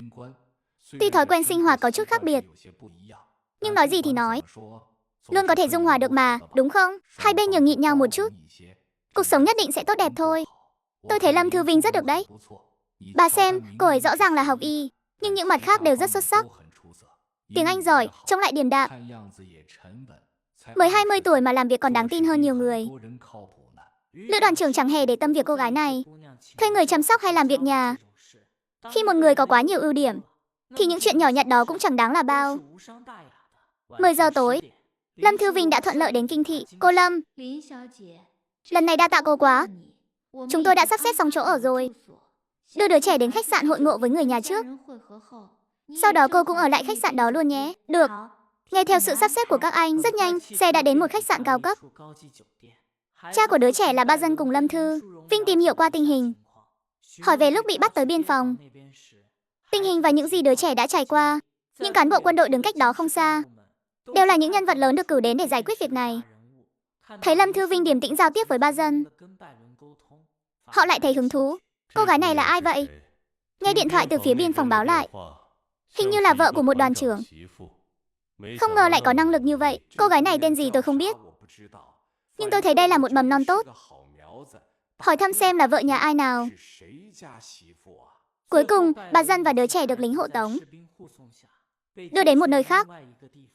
Một người đàn ông trung niên trông rất hiền từ đi tới. Cô bé, khá đấy chứ? Cháu học đại học ở đâu vậy? Nghe nói cháu là vợ của một đoàn trưởng ở biên phòng. Người nhà ai, biết đâu ta lại quen đấy. Chào ông, cháu học y ạ. Ngay tại học viện y của Đại học Kinh thị chúng ta. Cháu cũng mới tốt nghiệp không lâu. Chồng cháu họ Thẩm, là đoàn trưởng bộ đội đóng quân tại biên phòng. Đốc sát trưởng, Tần Chấn ngẩn người, hóa ra là vợ của thằng nhóc Thẩm Kim Hàn. Lâm Thư Vinh hơi kinh ngạc. Xem ra địa vị của nhà họ Thẩm ở Kinh thị không hề nhỏ. Vẻ mặt của những người này dường như đều quen biết Thẩm Kim Hàn. Vâng, chồng cháu là Thẩm Kim Hàn ạ. Không phải nghe nói thằng nhóc đó vì nghe lời ông cụ nhà nó mà cưới một cô gái nông thôn sao? Hình như không phải là sinh viên đại học mà. Cháu đúng là cô gái nông thôn thật. Nhưng chuyện này có chút phức tạp. Có lẽ sau này chú hỏi người lớn nhà họ Thẩm thì sẽ rõ ạ. Cháu cũng không tiện nói lắm. Mình còn chưa gặp gia đình chồng tương lai nữa. Hay là tìm lý do trốn trước đi. Được rồi, nếu cô bé đã thấy không tiện nói thì để lúc khác tôi hỏi lão Thẩm.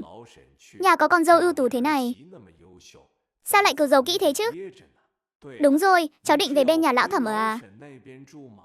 Bác cũng đang tiện đường đây. Làm gì có đạo lý đi gặp bố mẹ chồng một thân một mình chứ?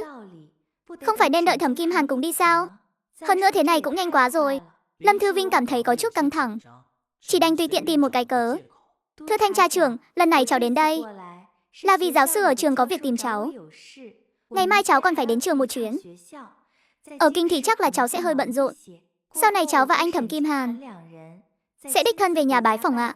Cứ gọi bác là chú Tần là được rồi. Tiểu Thẩm cũng toàn gọi như vậy. Vậy được rồi, giờ cũng muộn rồi. Vừa hay chỗ ở đã sắp xếp cho cháu. Nằm ngay trong khách sạn này. Vươn ngàn dặm xa xôi đến đây cũng vất vả rồi. Cháu nghỉ ngơi trước đi. Vâng, chú Tần. Vậy cháu xin phép đi nghỉ trước đây ạ. Lâm Thư Vinh trở về phòng khách sạn. Cô nhìn ngó xung quanh. Có thể thấy nơi này rất cao cấp. Nhưng vì ngồi xe mệt mỏi cả ngày, cô tắm rửa xong là lăn ra ngủ thiếp đi. Tập trước kể rằng, trên đường cô gái hộ tống đứa trẻ về kinh thị, tình cờ gặp được người quen của chồng. Lúc này mới biết ra thế của chồng vô cùng đáng gờm. Tiếp tập trước, ngày hôm sau, các cán bộ của Tân Thị đang tổ chức cuộc họp định kỳ. 12 giờ trưa cuộc họp kết thúc. Mọi người lần lượt bước ra khỏi phòng họp. Vừa đi ra ngoài vừa trò chuyện. Lão Thẩm, con dâu nhà ông giỏi thật đấy. Hôm qua lúc chúng ta tiếp đón ba dân, cuộc đối thoại giữa con dâu ông và ba dân, tiếng Anh nói chuẩn y như nhà ngoại giao vậy. Thẩm Kỳ nghe xong không khỏi ngẩn người. Con dâu gì cơ? Còn có thể là con dâu nào nữa? Chẳng phải ông chỉ có một trai một gái sao? Thì là vợ của Thẩm Kim Hàn con trai ông đó. Hôm qua chúng tôi đều nhìn thấy cả rồi. Con bé đó trông xinh xắn lắm. Đối mặt với sự việc chẳng hề nao núng, giao tiếp với ba dân vô cùng thuần thục. Cứ như thể bình thường hay tán gẫu với bạn bè quốc tế vậy. Điềm tĩnh cực kỳ. Con dâu tôi, con bé đang ở kinh thị sao? Hôm qua tôi có nói chuyện với con bé vài câu. Cảm thấy có chút kỳ lạ. Cứ như là không thân thiết với các ông lắm vậy. Chuyện này là sao? Sao con dâu về rồi mà không ở nhà, mà lại cứ nhất quyết ở khách sạn? Thẩm Kỳ bất lực thở dài, đem mọi ngành mọi chuyện kể lại từ đầu đến cuối. 10 mấy phút sau, tôi đã bảo mà, cô gái tôi gặp hôm qua không giống lắm với những gì các ông mô tả trước đây.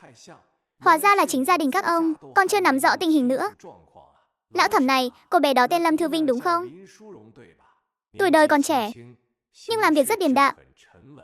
Đúng là một mầm non tốt hiếm có. Các ông phải đối xử tốt với con bé đấy. Cái đó còn cần ông phải nói sao? Cả nhà tôi đều rất hài lòng với con bé này. Tuy rằng vẫn chưa gặp mặt, nhưng đều đã đi nghe ngóng rồi. Phẩm hạnh của đứa trẻ này, tính cách và năng lực đều không có gì để chê cả. Vừa mới học xong, Thẩm Kỳ vội vàng trở về nhà nói, con dâu tôi đang ở kinh thị. Vậy chúng ta chẳng phải nên mau chóng đón con bé về sao? Tôi cũng muốn lắm chứ. Hôm nay tôi đã phái Tiểu Trần qua đó xem thử rồi. Người ta đã trả phòng từ sáng sớm, cũng chẳng biết đã đi đâu. Chúng ta lại không có địa chỉ của con bé, hoàn toàn không liên lạc được nữa rồi. Gấp cái gì, đừng để làm con bé hoảng sợ. Lần đầu gặp bố mẹ chồng, con bé lại đi đến đây một mình, chắc chắn là sẽ thấy ngại ngùng lắm. Để lát nữa bảo Tiểu Hàn đưa con bé về, để chính thức gặp mặt một lần. Ba à, sao con không vội cho được chứ? Người ta 26 tuổi con cái đã chạy nhảy khắp sân rồi. Chuyện hôn sự của Hàn nhà mình vẫn chưa có nơi có chốn. Lúc trước ông cụ chẳng mang đến sự phản đối của chúng ta, cứ nhất quyết bắt nó cưới một cô gái nông thôn. Có biết bao nhiêu cô gái giỏi giang, con đã nhắm được mấy người rồi đấy. Nhưng trước khi ông cụ mất, cứ phải tận mắt thấy Thẩm Kim Hàn nộp xong báo cáo kết hôn thì mới chịu ra đi. Bà có vội cũng chẳng ích gì đâu. Tôi cũng đang sốt ruột đây, muốn xem con dâu của mình rốt cuộc trông như thế nào. Lúc trước xem ảnh cũng chẳng nhìn kỹ được, cứ mờ mờ ảo ảo, lại còn là một bức ảnh chụp chung. Tần Trần nói con bé đó đến trường tìm giáo sư rồi. Hôm nay tôi sẽ đến trường đại học dạo một vòng, xem có may mắn gặp được con bé không. Mẹ Thẩm nói xong, không đợi người nhà kịp phản ứng đã vội vàng chạy vào phòng, định chọn một bộ quần áo tươm tất để đi gặp con dâu. Ở phía bên kia, Lâm Thư Vinh hoàn toàn không hay biết gì, đang thong thả nhâm nhi tách cà phê. An đại tiểu thư ơi, cuộc sống của cậu đúng là sướng như tiên vậy. Tớ vừa mới đến đã chẳng muốn đi nữa rồi. Không nỡ đi thì ở lại đây luôn đi. Tiện thể căn biệt thự lớn thế này cũng chẳng có ai bầu bạn với tớ. Tớ cũng muốn ở lại căn biệt thự lớn này với cậu lắm. Suốt ngày đối diện với đống tiền lạnh lẽo trong kết sắt. Nhưng mà không được rồi. Tớ kết hôn rồi, còn phải về bồi đắp tình cảm với chồng nữa. An đại nghe xong, kinh ngạc đến mức trợn tròn cả mắt, vẻ mặt đầy sự khó tin. Cái gì? Cậu nói cái gì cơ? Cây cải xinh đẹp của bà đây bị con lợn nào uốn mất rồi. Việc mình bị ép kết hôn 2 năm trước, Lâm Thư Vinh chưa từng kể với ai cả. Cô đành chậm rãi giải thích về trải nghiệm này. Thật ra thì làm vợ quân nhân cũng khá tốt. Hơn nữa cậu cũng nói rồi đó, người họ Thẩm kia trông cũng rất điển trai, lại có tinh thần trách nhiệm, gia đình lại còn làm quan nữa. Điều kiện tốt thật đấy. Có dịp hãy hẹn anh ấy ra ngoài ăn một bữa cơm đi. Chuyện đó là tất nhiên rồi. Đợi khi nào anh ấy đến kinh thị, tớ sẽ dẫn anh ấy tới chém cậu một bữa ra trò. Sao lại là tớ mời khách chứ? Chẳng phải nên là đối tượng của cậu mời sao? Anh ấy mà mời cậu ăn một bữa, không khéo cậu ăn cho người ta nghèo luôn mất. Người ta mỗi tháng chỉ có 150 đồng tiền phụ cấp, mà cậu ăn một bữa đã tốn 500-600 đồng rồi, lại còn cứ đòi đi nhà hàng Tây cao cấp nữa. Thế thì thôi bỏ đi, vẫn là để tớ mời vậy. Đúng rồi, tốt nghiệp rồi sao cậu không tìm việc làm đi? Dù sao cũng là sinh viên ngành y mà. Không định ra ngoài trải nghiệm cuộc sống xã hội chút nào sao? Linh mới vừa tốt nghiệp vốn dĩ chẳng đáng bao nhiêu tiền. Tớ có hỏi qua rồi, tiền lương 1 tháng chỉ có 40 đồng. Tớ không đi đâu. Tớ chỉ học đại cho có cái bằng tốt nghiệp thôi. Không có việc gì thì cứ ở nhà nằm cho sướng. Tuy có hơi buồn chán một chút, nhưng được cái tự do. Được rồi, nằm nhà cũng tốt. Mỹ phẩm dưỡng da của tớ bán hết chưa? Tranh thủ thời gian này, tớ có thể làm thêm một lô nữa ở biệt thự của cậu không? Hết rồi. Tớ đang tính hay là chúng ta mở một xưởng mỹ phẩm đi. Tớ bỏ vốn, cậu đưa công thức, chủ yếu nhắm vào phân khúc khách hàng cao cấp, thấy sao? Cậu phụ trách nghiên cứu sản phẩm mới, còn tớ phụ trách mảng sản xuất, thuê nhân viên về đào tạo rồi làm việc. Lợi nhuận thì chia theo tỷ lệ. Đông y của cậu giỏi như vậy, mỹ phẩm đông y hiệu quả chắc chắn sẽ rất tốt. Cậu nói nghiêm túc đấy chứ? Tất nhiên là phải nghiêm túc rồi. Nhà tớ vốn là dân kinh doanh mà. Tớ cực kỳ nhạy bén với tiền bạc. Thời buổi bây giờ, kinh tế đang dần phát triển đi lên. Xã hội tương lai chắc chắn sẽ ngày càng phồn vinh thịnh vượng. Điều kiện tốt rồi, nhu cầu tự nhiên cũng sẽ cao lên. Thư à, cậu nên suy nghĩ cho kỹ. Nếu cậu cứ đi làm thuê thì cả đời này cũng không kiếm được món tiền lớn đâu. Cứ nhận mấy đồng lương chất đó thì chẳng bao giờ ngóc đầu lên nổi đâu. Bây giờ đang có cơ hội tốt thế này, hai đứa mình chẳng lẽ không cùng hợp tác làm ăn sao? Hơn nữa anh trai mình có nhiều mối quan hệ. Chúng ta cứ thử xem sao đã. Dù sao mình cũng có nhiều tiền, lỗ thì mình chịu, lời thì chia đôi cho hai đứa mình. Đại tiểu thư à, mình cầu còn không được đây. Mình cũng đang có khối ý tưởng đây này. Như là mặt nạ, mỹ phẩm chăm sóc da, nước hoa hồng, sữa dưỡng, tinh chất, mấy cái đó mình đều có ý tưởng cả. Nhưng mà nếu chúng ta mở xưởng, chẳng phải còn phải đăng ký kinh doanh, tìm mặt bằng, còn phải làm tốt công tác bảo mật cho nhân viên nữa. Công thức của chúng ta không được để lộ ra ngoài đâu. Thế nên nhân viên phải chia thành các bộ phận khác nhau, mỗi bộ phận phụ trách một quy trình riêng. Cứ như vậy, sau khi Lâm Thư Vinh và An Đại trò chuyện suốt 2 tiếng đồng hồ, hai người họ đã tâm đầu ý hợp, quyết định cùng nhau làm ăn. Tập trước đã kể, Lâm Thư Vinh và An Đại đã trò chuyện vui vẻ suốt 2 tiếng đồng hồ. Cuối cùng đã tâm đầu ý hợp, quyết định cùng nhau bắt đầu con đường kinh doanh. Tiếp nối tập trước, trong 4 ngày Lâm Thư Vinh đến kinh thị, ngoài việc cùng cô bạn thân An Đại ăn uống vui chơi, còn đi cùng cô ấy đi khảo sát nhà xưởng. Thư Vinh à, trước đây cậu từng làm việc ở tiệm thuốc đông y mấy năm, lại còn học qua vật lý trị liệu đông y, có thể giúp mình một việc không? Đến nhà khách hàng làm dịch vụ tại nhà một chuyến nhé. Lâm Thư Vinh có chút kinh ngạc. Bình thường người bạn tốt này sẽ không để cô phải làm những việc tốn công vô ích, mà không có lợi lộc gì đâu. Hôm nay sao tự nhiên lại bảo mình qua đó giúp đỡ? Khu vực đó là khu nhà quân đội, những người sống ở đó đều là quan chức quân chính cao cấp. Cậu cũng biết đấy, nhà mình làm ăn nếu có được một chỗ dựa, sau này làm việc gì cũng sẽ thuận tiện hơn nhiều. Anh trai mình muốn mình đi tiếp xúc với một sĩ quan, tên là Bác Chu, nhưng mình vốn dĩ chẳng quen biết ông ấy. Lâm Thư Vinh mấy ngày nay nghe An Tuấn giật bóng gió, liền đoán được anh ta muốn tác hợp cho An Đại xem mắt. Giờ thì đã hiểu rõ nguyên do rồi. Không nén được mà hỏi, vậy nên tôi sẽ đến nhà đối tượng xem mắt của cậu để làm dịch vụ vật lý trị liệu cho người nhà anh ta. Sẵn tiện giúp cậu thăm dò tình hình luôn sao? Cậu nghe mình từ từ nói nè. Lúc trước khi cậu làm thêm ở tiệm y học cổ truyền, mình thường xuyên đến tìm cậu, nên có quen biết vài nhân viên cũ. Mình nảy ra một ý, bỏ ra 10 đồng nhờ chị Ngô sắp xếp cho cậu qua đó. Đối tượng cậu phục vụ lần này chính là chị dâu của bác Chu. Cậu cứ nhân tiện giúp mình dò xét một chút. Nếu không mình cứ lờ tờ mờ đi xem mắt thì ngại lắm. Hơn nữa, nghe nói bên kia cũng hơi coi thường người làm kinh doanh như chúng mình. Nhưng người nhà mình lại cứ ép mình phải tiếp xúc với chị dâu bác Chu. Cũng có thể hiểu được. Chị dâu này gả vào nhà họ Chu, chắc chắn nắm rõ tình hình nhà họ Chu như lòng bàn tay. Nếu nhà họ Chu không tốt, lúc nói chuyện phiếm với mình bà ấy chắc chắn sẽ phàn nàn. Nếu người bạn tốt này đã mở lời, thì mình đành miễn cưỡng đi thám thính tình hình giúp cậu vậy. May mà có cậu ở đây. Nếu không mình cũng chẳng biết nhờ ai thăm dò. Người khác thì mình không tin, nhưng đúng là chỉ có cậu mới đáng tin cậy thôi. Khi nào thì mình qua đó? Sáng mai 10 giờ là được. Ở một diễn biến khác, Thẩm Kim Hàn đáp chuyến bay đêm từ khu quân sự biên giới trở về nhà họ Thẩm ở Kinh Thị. Hàm Hàm, con về đúng lúc lắm. Nghe nói con dâu chúng ta cũng đang ở Kinh Thị đấy. Con mau liên lạc với con bé đi, dẫn về đây cho mẹ xem mặt nào. Mẹ à, con không biết làm sao để liên lạc với cô ấy. Con và cô ấy cũng không thân thiết lắm. Con chẳng biết cô ấy ở đâu nữa. Cái thằng bé này, con có thể có ích một chút không hả? Đã mấy ngày trôi qua rồi. Không biết con bé đã rời khỏi Kinh Thị chưa nữa. Đúng lúc này, một giọng nói ngạc nhiên truyền đến. Tiểu Hàn, em về rồi à? Về sao không báo một tiếng? Nếu không phải chị dậy uống nước, thì cũng không biết em đang ở dưới lầu nữa. Người đang nói chính là chị gái của Thẩm Kim Hàn, Thẩm Ngọc, 29 tuổi. Em vừa mới về đến nhà. Sao chị lại ở nhà thế? Chẳng phải là vì chuyện của nhà họ Chu sao? Chị của em gả sang đó 5 năm rồi, mãi mà chẳng có con. Những kiểm tra cần thiết đều đã làm hết rồi. Sức khỏe cơ bản là không có vấn đề gì. Nhưng bà mẹ chồng đó cứ vô lý gây sự, cứ nhất quyết nói là cơ thể chị có bệnh. Thẩm Kim Hàn quanh năm ở bên ngoài, đối với những chuyện trong nhà này không hiểu rõ lắm. Lúc trước khi chị và anh rể họ Chu ở bên nhau, anh ấy đã thấy anh ta không vừa mắt rồi. Đã sớm nói là nhà họ Chu không đáng tin. Bây giờ đến con cũng không sinh được. Chị à, hay là chị ly hôn đi? Không được, nếu chị ly hôn sẽ ảnh hưởng không tốt đến gia đình. Thì có thể có ảnh hưởng không tốt gì chứ. Chị cũng đâu có phạm lỗi gì. Tiểu Ngọc, em trai con nói không sai đâu. Con mới có 29 tuổi, không thể cứ mãi chịu uất ức như vậy được. Tên họ Chu đó là kẻ hiếu thảo mù quáng, quá nghe lời mẹ nó nên đã để con phải chịu không ít tủ nhục. Ly hôn thì ly hôn, con cái nhà họ Thẩm chúng ta việc gì phải chịu cơn giận này.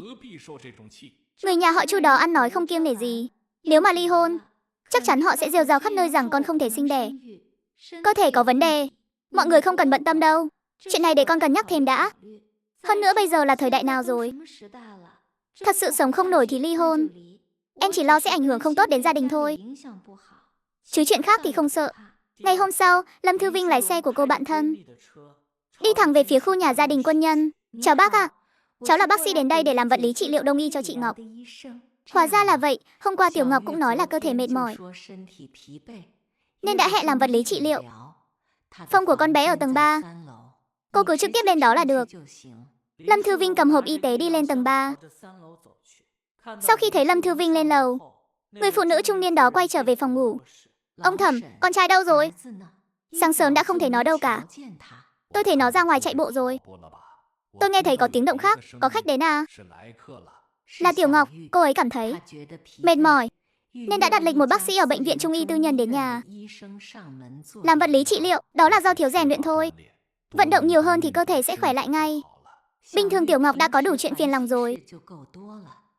Ông đừng cứ ép con bé phải giống ông và Tiểu Hàn ra ngoài vận động nữa.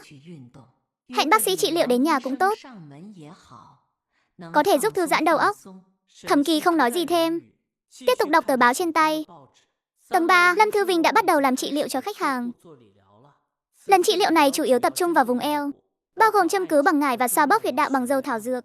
Cô là người mới đúng không? Trông cô khá lạ mặt đấy. Lúc còn học đại học cháu đã làm việc ở tiệm trung y rồi. Đã được 3 năm rồi ạ. Đừng nhìn cháu trẻ thế này. Kinh nghiệm của cháu phong phú lắm đó. Xem ra lúc tôi đến tiệm trung y đã không gặp được cô. Kỹ thuật của cô rất chuyên nghiệp. Cô tên là gì vậy? Lần sau tôi sẽ đặt lịch theo tên cô. Chị cứ gọi cháu là Thư Thư là được ạ. Mọi người ở tiệm trung y đều gọi cháu như vậy.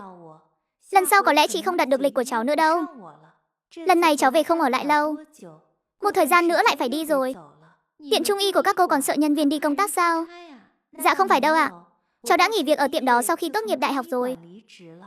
Chẳng qua là cháu mới về nên ghé qua tiệm chơi một chút. Hôm nay vốn dĩ bác sĩ đến làm trị liệu, cho chị có việc bận đột xuất, nên mới nhờ cháu đến làm thay. Hóa ra là vậy, tôi còn đang nghĩ kỹ thuật của cô tốt thế này. Lần sau lại muốn hẹn cô tiếp. Lâm Thư Vinh không hề quên mục đích chuyến đi này của mình. Dù sao làm trị liệu cũng mất 2 tiếng đồng hồ. Đây chính là thời điểm tốt để dò hỏi tin tức. Chị ơi, cháu thấy chị có vẻ hơi mệt mỏi, giống như đang có chuyện phiền lòng. Sắc mặt cũng không được tốt lắm. Bình thường chắc chị phải suy nghĩ quá nhiều. Chị nên nghỉ ngơi nhiều hơn, ăn thêm một số món bồi bổ khí huyết và giữ cho tâm trạng thoải mái hơn. Các em học trung y, cái này cũng nhìn ra được sao? Chị đúng là hơi mệt. Tâm mệt mỏi thì nghỉ ngơi cũng không ngon giấc. Chị à, gia cảnh như chị người khác muốn cũng chẳng được. Còn chuyện gì có thể khiến chị mệt mỏi được chứ? Tập trước kể rằng cô gái đã đi giúp bạn thân thăm dò tình hình đối tượng xem mắt. Vạn vạn không ngờ tới, lại vô tình va vào đúng nhà chồng mình. Tiếp tập trước, em gái à, em còn trẻ lắm, chưa hiểu được nỗi phiền muộn của đàn bà đâu. Chị nói cho em nghe, sau này nếu em có gả đi thì phải mở to mắt mà nhìn. Có những gia đình nhìn bên ngoài thì vẻ vang hào nhoáng, nhưng chỉ mình mới biết ngày tháng trôi qua tồi tệ thế nào. Có vẻ như cuộc sống hôn nhân của người chị này thực sự không được suôn sẻ cho lắm. Người với người ở cạnh nhau làm sao mà thập toàn thập mỹ được, đều phải bao dung lẫn nhau. Hôn nhân cũng vậy thôi. Chị à, không phải chị cãi nhau với anh rể đấy chứ? Vợ chồng lục đục nhỏ là chuyện bình thường mà. Em không hiểu đâu, chồng chị cái gì cũng nghe lời mẹ chồng, chẳng có chút chính kiến nào cả. Mẹ chồng chị lại là một nhân vật lợi hại. Bên ngoài nói năng với người ta thì khách sáo, nhã nhặn, thực chất trong lời nói đều là đang đào hố bế chị. Chị thật sự là có khổ mà chẳng nói nên lời. Chẳng trách người chị này trông chẳng có chút tinh thần nào, toát ra một vẻ u sầu thoang thoảng. Đoán chừng trong lòng tích tụ quá nhiều chuyện phiền muộn rồi. Không chỉ chồng chị, cả nhà đều nghe lời mẹ chồng. Đi đâu, ăn gì, kết bạn với ai mẹ chồng chị cũng muốn can thiệp. Cũng chẳng biết bà già đó lấy đâu ra mà làm năng lượng thế. Quản chuyện rộng như vậy. Thật ra hôn nhân của ai cũng có những chuyện vặt vãnh, lông gà vỏ tỏi. Những cái khác chị đều có thể nhẫn nhịn. Lục đục nhỏ cũng không ảnh hưởng nhiều đến tình cảm. Nhưng bà mẹ chồng này, chị một chút cũng không muốn sống chung. Quan hệ mẹ chồng nàng dâu từ xưa đến nay vẫn luôn là một bài toán khó. Lâm Thư Vinh thực ra trong lòng muốn khuyên Thẩm Ngọc ly hôn. Nhưng người ở thời đại này vẫn còn rất nhạy cảm với hai chữ ly hôn, không thể tùy tiện nói ra được. Nếu như có thể dọn ra ngoài ở, nói không chừng tình hình sẽ tốt hơn một chút. Tôi cũng muốn dọn ra ngoài lắm chứ, nhưng chồng tôi lại nghe lời mẹ chồng nhất. Muốn dọn ra ngoài ở riêng thì căn bản là không thể nào. Điều kiện nhà ngoại của chị Ngự ưu việt như vậy, lại còn là một người phụ nữ xuất thân từ gia đình quan chức cấp cao. Không ngờ cũng vì hôn nhân mà rơi vào cảnh ngộ thế này. Quả nhiên đối với phụ nữ, hôn nhân giống như là lần đầu thai thứ hai vậy. Một khi đã chọn sai, thực sự sẽ ảnh hưởng cả đời. Em là sinh viên đại học, em có cái nhìn thế nào về việc ly hôn không? Chị Ngự hỏi tôi như vậy, thật sự khiến tôi hơi khó trả lời. Suy nghĩ của em có lẽ không giống với mọi người lắm. Không giống thế nào? Em thấy là đời người này, thời thanh xuân cũng chỉ có mấy chục năm ngắn ngủi thôi. Vẫn nên chọn một cách sống khiến bản thân cảm thấy thoải mái thì mới tốt. Những người sợ ly hôn là do họ lo lắng quá nhiều, cuối cùng lại tự nhốt mình trong nghịch cảnh. Nếu là em sẽ không quá để tâm đến ánh mắt của người khác đâu. Cứ sống sao cho mình thấy vui vẻ thôi. Em đó, dù sao thì vẫn còn trẻ, ai mà chẳng muốn sống một đời vui vẻ chứ. Nhưng con người sống trên đời luôn có đủ thứ chuyện phải lo toan. Nhưng mà nói chuyện với người trẻ như em, tâm hồn chị cũng thấy trẻ ra không ít đấy. Đúng lúc này, tiếng gõ cửa vang lên nhẹ nhẹ. Người bước vào chính là mẹ Thẩm. Tiểu Ngự à, đã 2 tiếng trôi qua rồi, vẫn chưa xong sao? Chuẩn bị ăn cơm thôi. Xong rồi ạ. Vất vả cho cháu rồi, ở lại cùng ăn bữa cơm nhé. Cháu cũng rất muốn ăn trực một bữa ở nhà chị Ngự, nhưng thời gian thật sự không cho phép ạ. Cháu còn có việc khác phải bận, đang vội quay về ngay ạ. Lần sau nếu có cơ hội cháu nhất định sẽ ở lại ăn cơm. Đã 12 giờ rồi còn đi bận việc gì nữa. Phòng khám đông y của các cháu cũng phải để bác sĩ nghỉ ngơi chứ. Đừng khách sáo, vừa hay trưa nay nấu nhiều đồ ăn, cứ ở lại ăn một chút đi. Cảm ơn gì ạ. Cháu thật sự không phải khách sáo đâu ạ. Cháu và chị nói chuyện rất hợp nhau. Cháu cũng muốn ở lại nói chuyện thêm một lát. Nhưng cháu thật sự bận việc quá ạ. Nếu đến muộn thì khó ăn nói với những khách hàng khác lắm ạ. Lời đã nói đến mức này rồi. Thẩm Ngọc và mẹ Thẩm cũng không tiện cố ép ở lại nữa. Vậy được rồi, cháu cứ dọn dẹp ở đây nhé. Bác và chị xuống lầu trước đây. Dạ vâng ạ. Chị đừng lo cho em. Em dọn xong sẽ xuống lầu ngay. Nói xong mẹ Thẩm và Thẩm Ngọc cùng nhau xuống lầu. Hàn Hàn, những món này đều là mẹ đặc biệt làm cho con đấy. Toàn là những món con thích ăn thôi. Đúng lúc bố con 2 ngày nay đang nghỉ phép. Tối nay để bố con vào bếp. Ông ấy nấu ăn ngon lắm. Không gọi cô bác sĩ trị liệu đó ở lại ăn cơm sao à? Có gọi rồi, cô ấy vẫn đang dọn đồ trên lầu. Nói là còn khách hàng nên phải về gấp. Nhưng mà phải công nhận, cô gái đó trông xinh xắn rạng rỡ lắm. Nhìn qua là thấy ngoan hiền, rất có khí chất. Mẹ chưa từng thấy cô gái nào xinh đẹp như thế. Con cũng thấy vậy. Nói năng nhẹ nhàng lại còn rất lễ phép. Đúng rồi, cô ấy với vợ của Tiểu Hàn. Con là sinh viên đại học cùng khóa đấy. Biết đâu hai đứa lại quen nhau. Cái đứa này, sao vừa nãy ở trên lầu không nói? Đợi cô ấy xuống mẹ sẽ hỏi thử. Lúc này, Lâm Thư Vinh đã dọn dẹp xong đang đi xuống lầu. Chị, bác ơi, cháu xin phép ra về trước ạ. Mọi người cứ thong thả dùng bữa ạ. Nghe thấy tiếng nói Thẩm Kim Hàn lập tức sững sờ. Cứ ngỡ là mình nghe nhầm, cái đứa này thật sự không ở lại ăn cơm sao? Cơm nước nấu xong cả rồi. Ăn một bữa cơm cũng không tốn bao nhiêu thời gian đâu. Dạ thôi không cần đâu ạ. Cháu cảm ơn bác. Cháu thực sự đang vội phải đi trước đây ạ. Lần sau có dịp cháu nhất định sẽ ở lại. Lúc này Thẩm Kim Hàn đang ngồi quay lưng về phía Lâm Thư Vinh.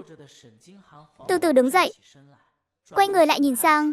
Khoảnh khắc đó, tự như cả thế giới đều mất đi màu sắc. Không phải chứ, mình bị ảo giác rồi sao? Anh, sao anh cũng về Kinh Thị rồi? Nhiệm vụ hoàn thành rồi. Về Kinh Thị để bàn giao công việc. Sẵn tiện về nhà thăm người thân. Trên đời lại có chuyện trùng hợp đến thế. Mình tự đến làm dịch vụ vật lý trị liệu. Hóa ra lại chính là nhà họ Thẩm. Càng không ngờ tới, đối tượng xem mắt của bạn thân là bác Chu, lại là em chồng của chị chồng mình. Thưa cô chú. Chị à, em là Lâm Thư Vinh. Thật không ngờ lần đầu chúng ta gặp mặt lại như thế này. Thật sự xin lỗi. Em không chuẩn bị gì cả. Đến cả quà gặp mặt cũng không mang theo. Chị vừa mới nói với mẹ xong. Em dâu chị học cùng trường với em. Không ngờ hóa ra lại chính là em. Đúng là trùng hợp thật. Nhưng chuyện này là do chúng tôi cân nhắc không chu đáo. Mãi mà không làm rõ chuyện con đang đi học ở Kinh Thị.